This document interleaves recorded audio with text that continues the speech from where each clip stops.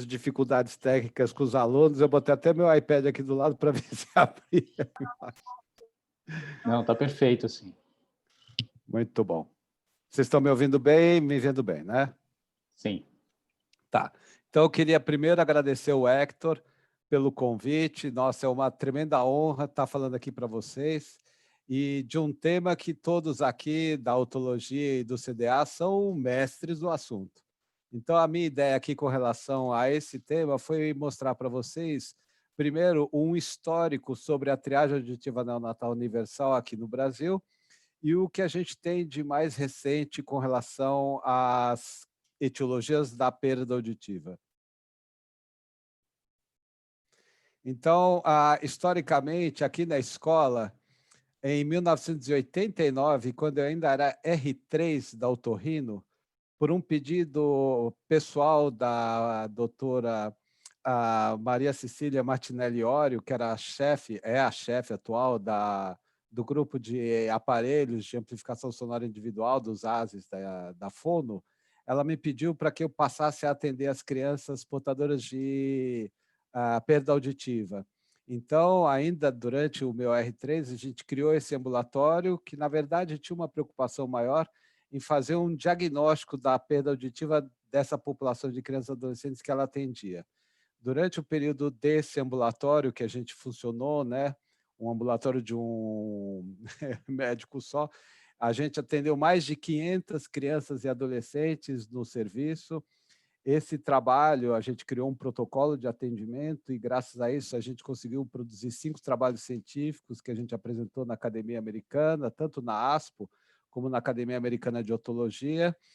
E esse ambulatório também me propiciou a minha tese de mestrado, a minha tese de doutorado e uma publicação na revista internacional, na International Journal of Otorrinopediatric.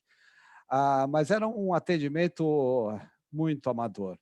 E isso até a criação do CDA, do Centro do Deficiente Auditivo. Então, isso é um marco na otorrino da escola, quando a escola, o departamento de otorrino, foi lançado num outro patamar de excelência, pois a partir do momento que se criou o CDA, a gente passou a oferecer não só o diagnóstico, mas a opção do tratamento cirúrgico das crianças portadoras de perda auditiva, sejam eles através das cirurgias ósseo-integradas para as perdas condutivas, como dos implantes cocleares. Então, isso elevou a categoria do nosso serviço num patamar de excelência que a gente ainda não tinha. E no Brasil? Bom, tudo começou em 1995, com a Doris, que é a fonoaudióloga da PUC, né, que criou o primeiro fórum de debates, ressaltando a importância da audição no desenvolvimento da criança, no 10º Encontro Internacional de Audiologia. 3 anos depois desse encontro, a gente fez a primeira reunião de especialistas relacionando a audição e o diagnóstico precoce nas crianças. Nesse mesmo período, a Mônica Chap, que inclusive está abrindo hoje o curso da Gatano, criou esse grupo de atendimento à triagem auditiva neonatal universal, onde ela tem interação com todos os serviços privados ou públicos do Brasil que fazem triagem auditiva neonatal universal. Então, esse é um grupo criado por ela, que acompanha o atendimento e os serviços da triagem. E no final de 98, a gente criou o primeiro comitê brasileiro sobre perdas auditivas da infância, que é o CBPAI. Essa é a primeira reunião que a gente fez, aqui é o jovenzinho, a Mônica Chap, a professora Marisa Frasson de Azevedo, que é aí da escola, que faz toda a triagem auditiva neonatal universal, a Conceição Segre, que na época era a chefe do Serviço de Neonatologia da Sociedade Brasileira de Pediatria, o professor Silvio Maroni, que aqui representava a Sociedade Brasileira de Otorrino, a Cristina Simonek, do Instituto Nacional de Educação dos Surdos, e esse foi o primeiro documento que a gente elaborou sobre perda auditiva na infância no período neonatal. Em 1999, a Sociedade Brasileira de Pediatria criou uma força-tarefa para sensibilizar os pediatras e, um ano depois, em 2000, criou-se o primeiro grupo preliminar sobre triagem auditiva neonatal universal. Na época era a Sociedade Brasileira de Otorrino, não era a associação, e a Sociedade Brasileira de Otologia. E em 2002, se fosse na pediatria, a pediatria começou a lançar a campanha de sensibilização do pediatra para o diagnóstico, a suspeita e o diagnóstico precoce da deficiência auditiva nas crianças. Em 2007, esse grupo de CBPAI se tornou o Comitê Multiprofissional de Saúde Auditiva. Esse comitê foi criado em 2007 para discutir e referendar as ações voltadas à saúde auditiva dos neonatos, lactentes, pré-escolares e escolares, adolescentes, adultos e idosos. E, em 2010, com a participação do nosso ilustre professor Oswaldo Laércio, a gente publicou o que hoje ainda é o documento mais importante sobre triagem auditiva neonatal universal e que ainda serve como orientação para todos os protocolos e orientações de triagem auditiva neonatal no Brasil. Tá para sair um novo Comusa, mas o Testa sabe bem, por problemas de cunho pessoal e político, isso está um pouco atrasado.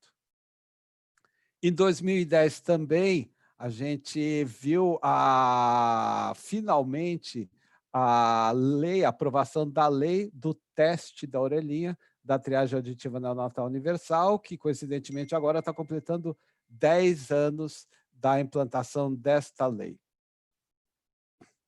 Em 2012, nós tivemos também a participação na Câmara Técnica da Saúde Auditiva, através das diretrizes da atenção, da triagem auditiva neonatal. Então, foi o primeiro documento que o Ministério da Saúde preparou sobre orientações da triagem auditiva neonatal universal. Nesse mesmo ano, em 2012, a gente também teve a inclusão da Associação Médica Brasileira e do Conselho Federal de Medicina no seu projeto de diretrizes, também ressaltando a importância da perda auditiva na infância. E essa portaria de 2.776, de 18 de dezembro de 2014, foi quando aprovou diretrizes gerais que ampliou e incorporou procedimentos para atenção especializada às pessoas de deficiência auditiva no Sistema Único de Saúde. Então, graças a essa portaria, e aqui quem participou, além de mim, foi o COGE, né, da USP, o Arthur Menino Castilho, né, o Silvio Maroni também, o pessoal da Fono, graças a essa portaria que foi possível implantar os diferentes serviços de implante coclear por todo o Brasil, e isso deu um impulso muito grande na reabilitação das nossas crianças portadoras de deficiência auditiva. Inclusive, ajudou também na criação, permitiu a criação do CDA aqui na escola. E a gente sabe, né, a gente bate sempre na mesma tecla, que o diagnóstico da deficiência auditiva ele tem que ser precoce para que a gente tenha uma reabilitação precoce. E eu gosto desse slide e gosto de usar a analogia de que, para mim, a via auditiva é como se fosse uma trilha feita no meio de um mato. Então, se eu uso essa trilha frequentemente, esse caminho vai ficar bem marcado, né, bem identificável. Agora, se eu deixar de usar esse caminho, a tendência é que essa trilha desapareça. E isso tem uma analogia muito legal com o trabalho de um audiologista americano, Jack Katz, que ele tinha uma criança com uma surdez congênita que acabou falecendo por uma outra causa anos depois e que nunca foi reabilitada. E ele pediu autorização a essa família e ele fez uma autópsia e o que ele viu? Que a criança tinha a orelha externa normal, a orelha média normal, a orelha interna normal, tinha o nervo auditivo e daqui em diante não existia a via auditiva. Então, essa criança não formou as vias auditivas por não ter recebido estímulo auditivo aqui. E esse é um dado importante, porque mesmo nos casos que eu tenho perda auditiva profunda, sempre vão sobrar células ganglionares e fibras nervosas residuais que podem ser passíveis de serem estimuladas. E essa plasticidade cerebral vai ocorrer após a privação sensorial auditiva, seja ela intrauterina ou pós-natal, e ela se inicia a partir do núcleo coclear.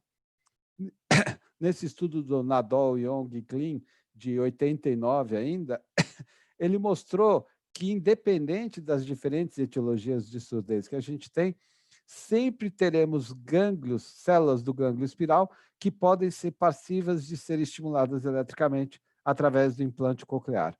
Então, uma das indicações da reabilitação precoce é a gente utilizar dessas células residuais para estimular a via auditiva e manter a estimulação. Uma outra coisa importante e bonita da via auditiva é que nenhuma experiência que um feto viveu dentro da barriga da mãe é reproduzida na vida pós-natal, só as experiências auditivas. Então, a audição tem uma importância no fortalecimento do vínculo materno-fetal, de tal forma que, quando um bebê nasce, ele já conhece os sons da fala da mãe, mesmo que eu grave e distorça. Então, isso é um dado muito importante. Além disso, junto com uma audição normal, a criança está habilitada a desenvolver a fala e a linguagem. E as etapas do desenvolvimento da fala e da linguagem vão acontecer em momentos distintos da vida. Então, quando uma criança nasce, se eu falar com ela em inglês, francês, alemão, português, ela reage indiscriminadamente para todos os fonemas. A partir do segundo para o quarto mês de vida, ela só vai ter atenção auditiva para a língua nativa. Então, se eu só falo em português, ela só vai ter atenção ao português. Se eu falar inglês, português, ela vai ter atenção para as duas línguas.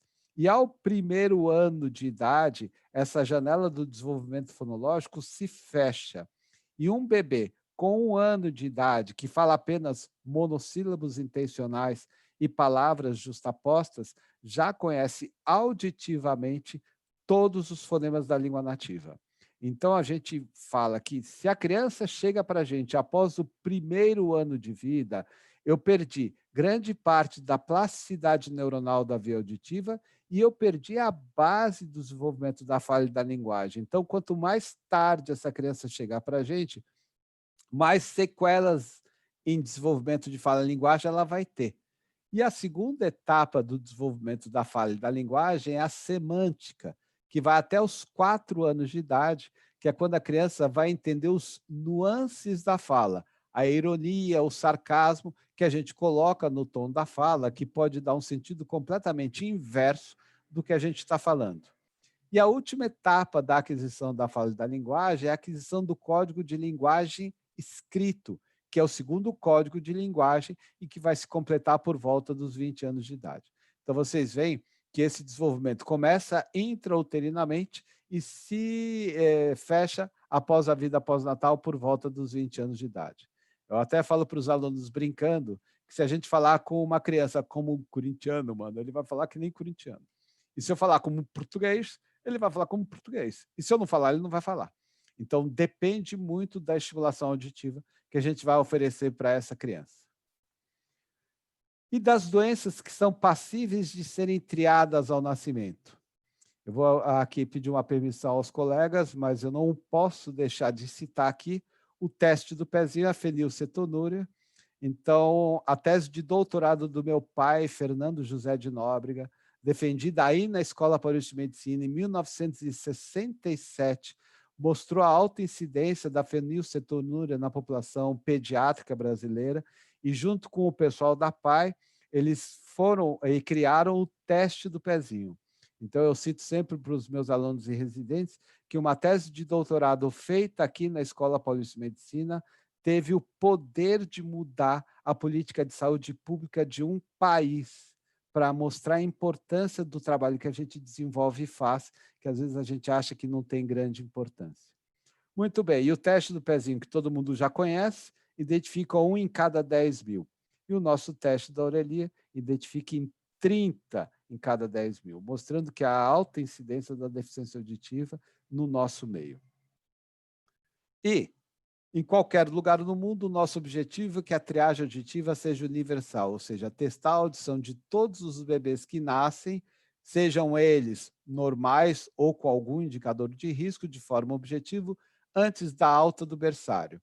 E essa antes da alta do berçário é exatamente para evitar a evasão dessas crianças e elas eventualmente não fazerem o teste ou fazerem mais tardiamente, tudo para que a gente tenha uma reabilitação precoce.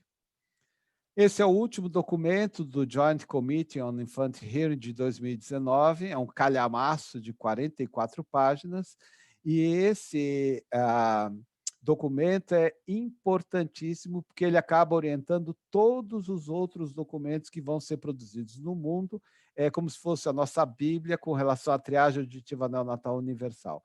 E o que teve de diferente nesse agora de 2019?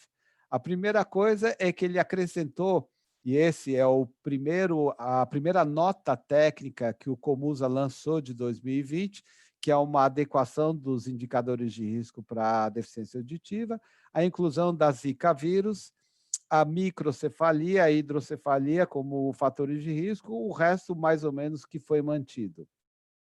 E no Brasil, essa segunda nota técnica que o Comusa lançou em 2020, a gente trabalha com esses números 1, 3, 6, ou seja, no primeiro mês eu tenho a triagem auditiva neonatal universal, ao terceiro mês eu tenho o diagnóstico e a confirmação da perda auditiva, e o sexto mês eu começar a intervenção. Nos países mais desenvolvidos e que têm um sistema de triagem melhor implantado, eles estão trabalhando com 1, 2 e 3 meses todo esse processo. O que tem diferente agora no Comusa com relação à triagem auditiva neonatal universal é que, independente da criança ser de risco ou não para deficiência auditiva, a orientação é que toda criança deve ser acompanhada do ponto de vista do seu desenvolvimento auditivo. Então, não existe mais acompanhar só a criança que é risco. A orientação deles é que toda e qualquer criança deva ser seguida. E a outra modificação que a gente viu aqui é que, na avaliação audiológica da perda auditiva objetiva, a preferência agora é pelo BERA por tone burst. Então, eles não fazem mais o BERA por clique no momento do fechamento do diagnóstico objetivo aos 3 meses de idade, lá seria com 2 meses de idade. E esse estudo da Cristina Yoshinagi-Tano, mostrando que quando você tem um diagnóstico precoce, o desenvolvimento de fala, linguagem e cognição da criança com perda auditiva acaba sendo muito próximo da criança que é ouvinte e normal. E isso é um dado muito importante no desenvolvimento dessas nossas crianças. E esse é o trabalho que ela fez, mostrando a criança normal, de cognição normal, que teve um diagnóstico precoce de perda auditiva, teve um desenvolvimento de fala e linguagem quase de 100%. Do outro lado, se eu pegar uma criança que tem uma cognição normal, tem uma deficiência auditiva, mas teve um diagnóstico tardio, vai ter um desenvolvimento de fala e linguagem igual a uma criança deficiente mental diagnosticada ao nascimento. Então, aqui eu tenho os dois lados da mesma moeda. Ou seja, o que é que a gente vai estar oferecendo para as nossas crianças portadoras de perda auditiva? Um resultado melhor para toda a vida em termos de aquisição de fala e linguagem, ou ela conviver com um prejuízo linguístico para toda a vida? E quando a gente fala no atendimento da criança deficiente auditiva, a gente tem que pensar no atendimento multidisciplinar, por uma equipe altamente qualificada. Ou seja, eu tenho que ter um otorrinolaringologista com um bom enfoque no problema auditivo, na perda auditiva da infância, uma boa audiologista, uma boa fonoaudióloga, um serviço de pediatria, genética e imagem, além de outros especialistas como enfermagem, sistema social. De novo, aqui a escola é uma ilha de excelência, porque o nosso serviço de audiologia e fonoaudiologia é extremamente bem estruturado, né? Já existe triagem auditiva para bebês de risco desde 1998, então nós estamos super adiantados nessa parte da triagem auditiva neonatal universal. Além disso, o diagnóstico da perda auditiva é um diagnóstico extremamente complexo. Eu posso falar, do ponto de vista etiológico, que é a causa da surdez, ou seja, a perda auditiva foi causada por uma citomegalovirose, por uma toxoplasmose, pode ser sindrômico, relacionando qual estrutura foi afetada. ou seja, ela teve uma perda auditiva só da cóclea, então é uma síndrome coclear pura, ou afetou a cóclea e o sistema vestibular, então ela tem uma síndrome cócleo-vestibular. É um diagnóstico sindrômico por uma infecção congênita, por exemplo, a toxoplasmose congênita, em que ela tem as alterações oculares ou as calcificações intracranianas disseminadas e mais a perda auditiva, ou é um diagnóstico sindrômico de uma síndrome genética, como trichiocolis ou Waardenburg. Outra forma da gente analisar o diagnóstico seria com relação à topografia. É a orelha externa, a orelha média, a orelha interna, são as vias auditivas, é central. A perda audiológica, ela é condutiva, ela é mista, ela é sensório-neural, é uma neuropatia auditiva, é neural, central. A época da perda auditiva, ela é pré-natal, pós-natal, pré-lingual, pós-lingual, uni ou bilateral. Essa é uma perda permanente ou ela é temporária? É uma perda estável? Ela é flutuante, lenta ou rapidamente progressiva? Isso quer dizer que, independente da causa, cada doença vai ter seu padrão de evolução. E o problema não acaba no diagnóstico. Então, a confirmação da perda auditiva é só a ponta do iceberg. Ou seja, tudo vai acontecer a partir desse diagnóstico. E, muitas vezes, eu vou trabalhar com uma criança com uma perda auditiva sem diagnóstico de perda. Ou seja, não é porque eu não tenho um diagnóstico que eu não vou para a reabilitação. E em qualquer lugar do mundo, os principais diagnósticos etiológicos que a gente tem disparado é o genético. Então, em qualquer lugar do mundo, a perda auditiva genética é a principal causa de surdez. Em segundo lugar, vê as infecções congênitas, que a mãe teve durante o período gestacional. Se escapou da herança genética e das infecções congênitas, vão ser as intercorrências perinatais, ou seja, desde o momento do parto até a alta hospitalar. E se essa criança nasceu ouvinte, normal e escapou de todas essas heranças, a meningite ainda é a principal causa de surdez adquirida antes dos 4 anos de idade para as crianças deficientes auditivas. Aqui, só a título histórico, em 2005, a principal causa que a gente tinha no nosso serviço da escola era a rubéola congênita. Então, imagina, desde 2012 nós não temos mais casos de rubéolas diagnosticados no Brasil. E aqui mostrando, né, para quem é contra a vacina, o que a vacinação da rubéola trouxe de impacto positivo na ausência dessa etiologia como principal causa de surdez que a gente tinha antigamente. Bom, e das causas genéticas, então, como falei, toda vez que falo em genético, me vem à cabeça as crianças que são sindrômicas. Isso é só 30% das perdas auditivas, ou seja, 70% das crianças são não sindrômicas, ou seja, você olha para a criança e ela é perfeita, normal, então é muito difícil você suspeitar nessa criança ela ser portadora de uma perda auditiva. Nos Estados Unidos, as mutações genéticas mais comuns é a GJB2, que é a conexina 26, a GJB6, que é a conexina 30, e essas outras aqui.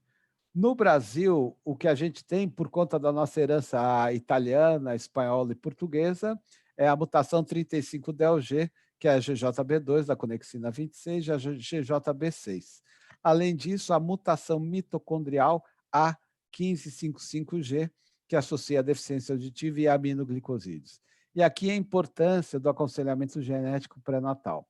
Lembrando que essas síndromes genéticas aqui são autossômicas recessivas, ou seja, você pode não ter histórico familiar de uma perda auditiva genética e carregar o gene dessa informação. Nos Estados Unidos, o que a gente tem hoje são 3 tipos de painéis genéticos que eles fazem para diagnóstico da hipoacusia na infância. Então, o otoscope da Universidade de Iowa, que testa 152 genes, a Autogenetics, da Autogenetics Corporation, que testa 167 genes, e a Autogenome, da Harvard Medical School, que testa 110 genes. Então, aqui, esse daqui é da Autoscope, então, das doenças recessivas, as autossômicas dominantes ligadas ao X. Então, aqui a GJB2, a GJB6, a mutação OTOF, que a gente tem aqui, são formas de testagem. Isso está chegando já aqui no Brasil. Eu fui pesquisar na internet. O Einstein agora tem uma parceria com um serviço de genética e parece que lá eles testam cerca de 50 genes relacionados à perda auditiva. A gente tem o sistema, o serviço de Campinas, esqueci o nome da colega que faz, a Silvia, que faz a dosagem, é uma das maiores especialistas em mutações da GJB2 e GJB6, que faz a triagem lá em Campinas e pode ser encaminhado a saliva ou o sangue num papel de filtro para ela fazer a testagem dessas síndromes genéticas. Aqui é porque eu tinha visto um slide do Marcos, Marcão mostrou um slide bem legal relacionando a orelha interna e os genes implicados. Então, para não ficar atrás, eu tenho aqui o meu também, mostrando onde estão os 42 genes que a gente tem na perda auditiva autossômica recessiva. Então, a GJB2, aqui a mutação OTOF, mostrando por que a perda começa inicialmente na célula ciliar interna, e aí eu posso ter emissão otoacústica presente e o BER ausente, simulando aqui uma neuropatia auditiva. Das infecções congênitas, a toxoplasmose, a rubéola, citomegalo, herpes, sífilis e as novas infecções, HIV, Zika vírus, chikungunya.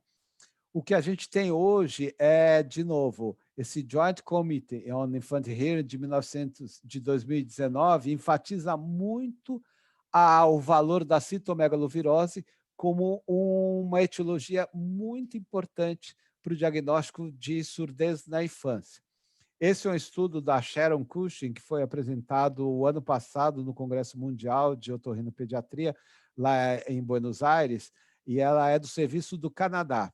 E nos dados estatísticos dela, 5 a 10 crianças assintomáticas para citomegalovirose congênita, 50%, perdão, sintomáticos, 50% tem perda auditiva neurosensorial, e das 90 a 95 assintomáticas, 5 a 15% vão ter perda auditiva neurosensorial, 92% dessas crianças, 33 tem disfunção vestibular, com 33% de perda neurosensorial bilateral, 50% evoluem com perda progressiva e 50% com disfunção otolítica.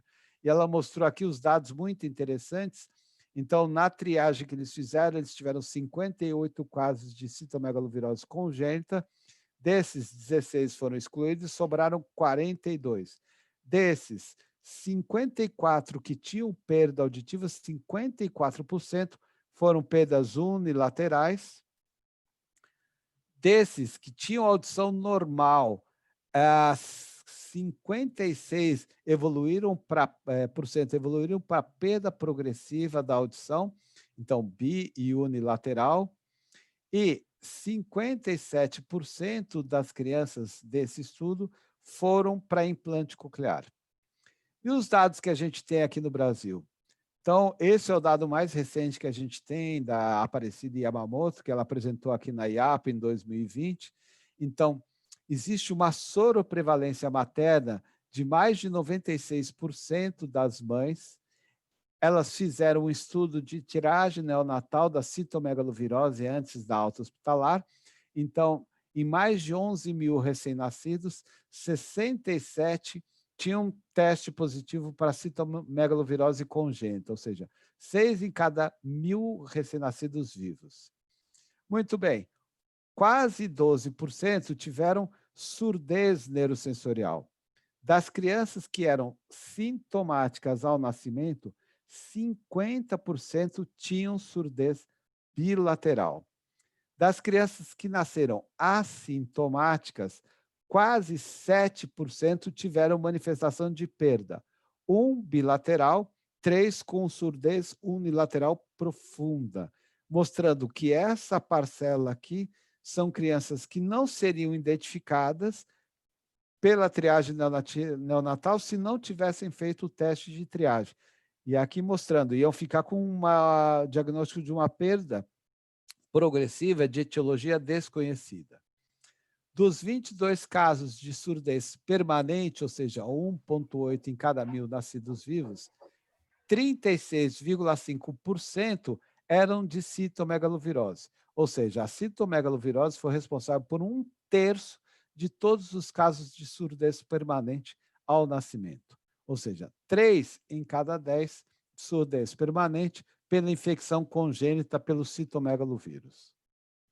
Além disso, eles têm aqui, do consenso, da recomendação do consenso de prevenção, diagnóstico e tratamento da citomegalovirose congênita, um protocolo de avaliação auditiva em 3 momentos. Ao nascimento, através dos testes objetivos, com 3 a 6 semanas de vida, que seria o diagnóstico audiológico por tone burst, o potencial por tone burst, e uma monitorização auditiva aos 7, 12, 18, 24, 30, 36, 42, 48, 60 a 72 meses de vida. Ou seja, audiometria em crianças maiores em campo livre, autoemissões acústicas transientes ou produtos de distorção, timpanometria e audiometria tonal liminar nas crianças maiores e os potenciais só em casos bem selecionados. Então, teoricamente, é muito legal a gente pensar nessa possibilidade.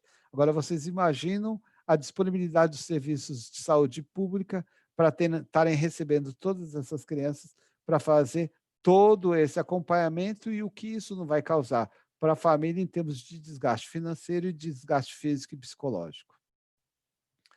Dentro desse consenso também, tratamento da citomegalovirose congênita, ou seja, quem a gente deve tratar. Então, eles, no consenso, chegaram à conclusão que aquelas crianças com um quadro de moderada a severa devem ser candidatas ao tratamento. Quando tratar? Iniciar sempre no primeiro mês de vida, após a confirmação da detecção do citomegalovírus congênito. Como tratar? Então, a droga preconizada é a valganciclovir, 16 miligramas por quilo de peso, por dose via oral, 2 vezes ao dia, ou a ganciclovir intravenosa ou endofébica na indisponibilidade da via oral. E o tempo de tratamento? Quando você tiver a melhora ou estabilização da perda auditiva e ou do desenvolvimento neurológico, que deve ser em torno de 6 meses. E aí a discussão que se faz com relação a isso é: a triagem para citomegalovirose é justificável? Então, quem aponta em benefícios diz que a principal porcentagem dessas crianças não tem manifestações clínicas. Então, como elas são assintomáticas, a triagem vai me ajudar nesses casos. Isso vai permitir que eu tenha uma identificação precoce, uma avaliação dessas crianças antes do primeiro mês de vida, e isso vai me possibilitar a reabilitação auditiva antes do 6º mês, que é o que a gente preconiza. E quem é contra? Fala aqui contra os custos dos métodos moleculares, que é o PCR para citomegalo. Eu tenho que ter um ambulatório multidisciplinar para que siga todas essas crianças que são infectadas. E, terceiro e não menos importante, o que isso vai me causar na família em termos de impacto negativo da suspeita de uma citomegalovirose congênita.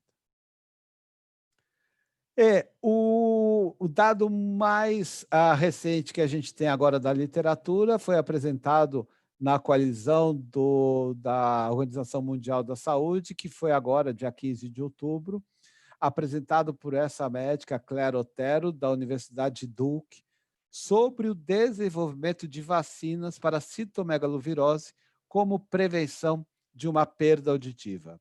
Então, hoje, ainda não existem vacinas licenciadas. As que a gente tem, então, na fase 2, que é a que é uma glicoproteína de superfície, a MF59. e eles estão tendo uma eficácia em torno de 50% na prevenção dos vírus em crianças, em mulheres soronegativas. E teria um efeito na prevenindo a viremia no, nas dessas mulheres. E temos ainda duas triagens, aqui dois trabalhos que estão sendo desenvolvidos, da vacina da Moderna, que é um RNA mensageiro, e da Merck, que é um vírus não replicante, que também estão sendo estudados como uma possível vacina para citomegalovírus. O grande desafio que eles têm com relação ao desenvolvimento da vacina é que o hospedeiro tem grandes limitações que não podem ser transpostas para um modelo animal. O segundo fator limitador é que a placenta é um órgão transitório, altamente especializado. A gente tem a evasão dessa imunidade da citomegalovirose e os mecanismos imunológicos relacionados à proteção ainda não estão muito bem esclarecidos. Mas achei legal colocar isso para vocês, que eu realmente não tinha nem ideia que a gente estava no desenvolvimento da vacina da citomegalovirose. Na minha cabeça é só para coronavírus. E esse estudo feito aqui no Brasil, em pleno auge da pandemia, da epidemia de Zika vírus no Nordeste, foi feito um estudo retrospectivo com 70 lactentes que apresentaram microcefalia e teste laboratorial para Zika vírus. 7 apresentavam perda auditiva sensório-neural e uma foi utilizado a droga ototóxica, então ela foi afastada desse estudo. Então, eles chegaram à conclusão que, no caso da Zika vírus, a prevalência de perda neurosensorial foi em torno de quase 6%, e isso foi um dado muito semelhante ao observado para outras infecções virais congênitas. Então, mostrando que a Zika realmente pode estar relacionada como uma importante etiologia da perda auditiva congênita viral. Das infecções adquiridas, continua aqui o sarampo, a cachumba, a catapora, a meningite, mostrando de novo aqui a grande importância que a gente tem de manter o calendário vacinal e da importância da vacina, evitando aqui esses fatores etiológicos causais de uma perda auditiva adquirida. Com relação às causas perinatais, que é uma outra etiologia extremamente importante, esse estudo antigo mostra que a prevalência de surdez pode aumentar em até 6 vezes nas crianças que têm antecedentes de internação em UTI, quando comparados a crianças sem risco. Lembrar que UTI não causa surdez, mas uma criança que vai para a UTI vai com outros comemorativos e essa soma de comemorativos aumenta o risco da surdez. E um outro dado interessante é que o grande progresso que a gente teve com a neonatologia trouxe 2 efeitos colaterais. O primeiro, que eu nem sei se posso chamar colateral, que é a diminuição da mortalidade perinatal. A gente tem crianças hoje que nascem com 28, 30 semanas de gestação, mas, graças ao avanço tecnológico, eu consigo manter a qualidade, a sobrevida dessas crianças, mas às custas de quais sequelas que essa criança vai ter. Então, até existe um caso de uma criança que nasceu de extremo baixo peso da Universidade de Johns Hopkins e, milagrosamente, ela nasceu com 500 gramas, ela sobreviveu a todos esses riscos, que também nasceu num serviço de excelência, com excelentes pediatras, um serviço de excelência, né, de primeiríssimo mundo, só que a criança nasceu cega, surda, não fala, com paralisia cerebral, e quando essa criança saiu de alta do hospital, a família processou o hospital por ter mantido essa criança viva com tão graves sequelas de vida, ou seja, o que essa criança, o que a gente vai trazer de benefício ter mantido essa criança viva com tantas sequelas. Então, até onde a gente deve brincar de Deus com relação a isso na neonatologia? As drogas ototóxicas, assim como a perda auditiva induzida pelo ruído, aqui a gente tem um componente de predisposição familiar muito bem caracterizado.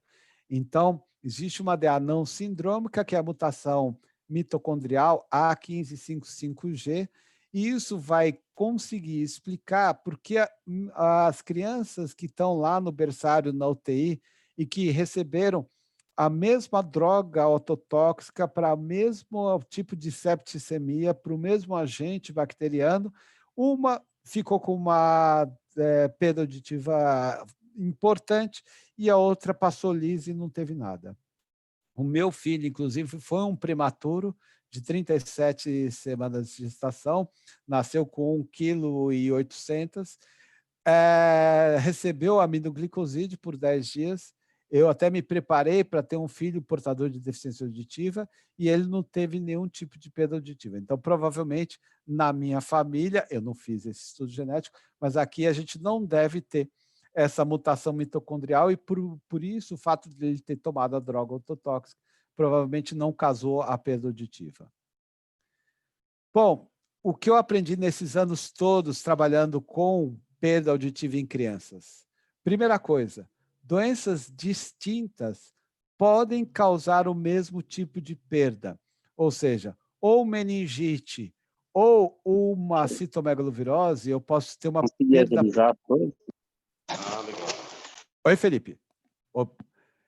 Outra coisa, uma mesma doença pode causar diferentes tipos de perda.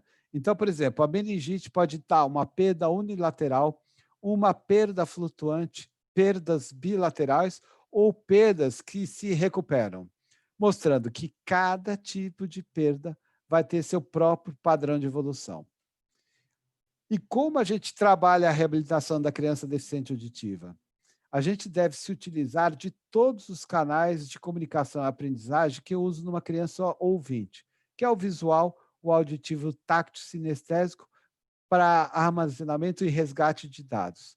E compensar, se não tudo, pelo menos parte do que ela perdeu da audição, seja os aparelhos de amplificação, seja por condução óssea, seja por via aérea ou o implante coclear. E quanto mais jovem, maior é a plasticidade neuronal, maior é o ganho que a gente vai ter, melhor é o resultado.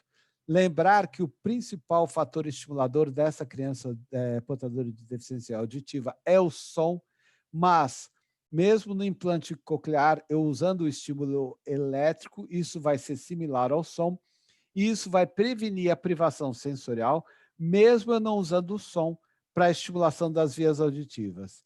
E lembrando sempre que compete a nós poder trazer de volta o sorriso de uma criança portadora de uma perda auditiva profunda para ela fazer parte do nosso meio de ouvintes. E isso é a principal mensagem que eu deixo aqui para vocês. Obrigado. Dúvidas? Oi, Manuel, obrigado pela aula.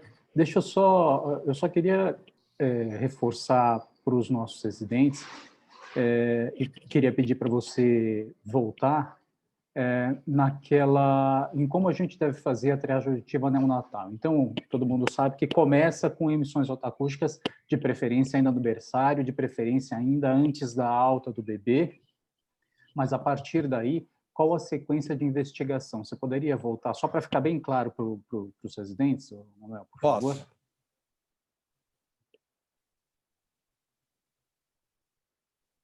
Vale a pena o pessoal, se o Manuel não se importar, fotografar a tela para ter esse algoritmo aí como cola, porque isso é importante.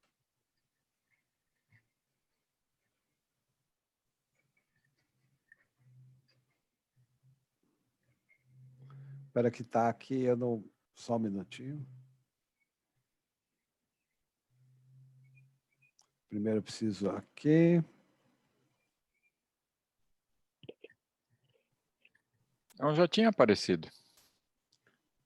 Perdi ela aqui. Mas eu posso passar para vocês essa aula com prazer, e isso para mim é... Né? Deixa eu ver se eu agora consigo. Mas acho que essa sequência da investigação, acho que é o que precisa ficar mais Está aparecendo aí para mais vocês? sedimentado. Não, ainda não. Agora? Também não. Uma aula sobre triagem auditiva neonatal, mas ele fez um panorama muito legal, completo, sobre a perda de audição pré-lingual, perda de audição na infância, os impactos, a maneira como a gente faz o diagnóstico, a intervenção, etc. Então, foi muito legal, Manuel, parabéns. E o Manuel sempre foi um pioneiro aí da... Agora apareceu, Manuel. Está aí para vocês? Tá. Então, todo mundo Perfeito. pode fotografar aí o algoritmo de intervenção. Então, graças ao pioneirismo do Manuel, e antes o comitante a ele, do professor Mangabeira, a gente acabou montando o Centro do Deficiente Auditivo, que começou a funcionar no dia 20 de setembro de 2005, foi o nosso primeiro atendimento. O primeiro implante coclear foi realizado no dia 17 de janeiro de 2006. O CDA tem 11.712 prontuários de pessoas com deficiência auditiva. Tem 285 implantes cocleares realizados e implantes via óssea e ativos de orelha média, 22. A gente tem 300 e poucas cirurgias. Então, isso tudo seguindo o exemplo aí que o Manuel já tinha traçado. E olha, isso reforça, Oswaldo, a excelência do serviço que você criou. Então, isso para nós é um marco. Nós somos a excelência dentro dos serviços de implante coclear aqui no Brasil. A gente tem feito um trabalho legal, eu acho. Tem um grupo muito bom de fonoaudiólogas, de otorrinos. O trabalho, obviamente, não é só meu, eu sou só o mais velho que dou algumas coordenadas, mas está lá o Cabana, o Irra tantos anos, a Alessandra Zanoni, depois o Bruninho, a Janaína agora. Então, tem um monte de gente legal trabalhando com isso e com muito entusiasmo. E só... dando a nossa experiência, o último trabalho sobre as etiologias foi liderado aí pela Tatá, pela Thaís Pontes, foi publicado no International Bulletin of Otolaryngology, que é um jornal europeu. Para nós, no grupo de perda auditiva pré-lingual, as perdas genéticas não sindrômicas foram a etiologia mais prevalente, identificada em 25,88. Isso pela história e dados de anamnese, basicamente, porque a gente ainda não tem o teste genético definido lá, mas foi um diagnóstico clínico com bastante assunção pelos dados de anamnese. A segunda causa foram as complicações neonatais, a hipóxia, prematuridade, UTI, etc., que foram 23%, 23,5%. Então, genética não sindrômica, 25%, intercorrências perinatais, 23,5%. Em terceiro lugar, vieram as infecções, citomegalovírus, ainda rubéola, e cachumba, em 8 pacientes, que deu 9,4%. As síndromes genéticas vieram a seguir em 5 pacientes, com 5,8%. Meningite, felizmente, nas perdas pré-linguais, foram só 5% dos pacientes, quase 6, 5,88%. E malformação da orelha interna, como Mondini, alargamento do aqueduto vestibular, etc., em 3 pacientes, 3,5%.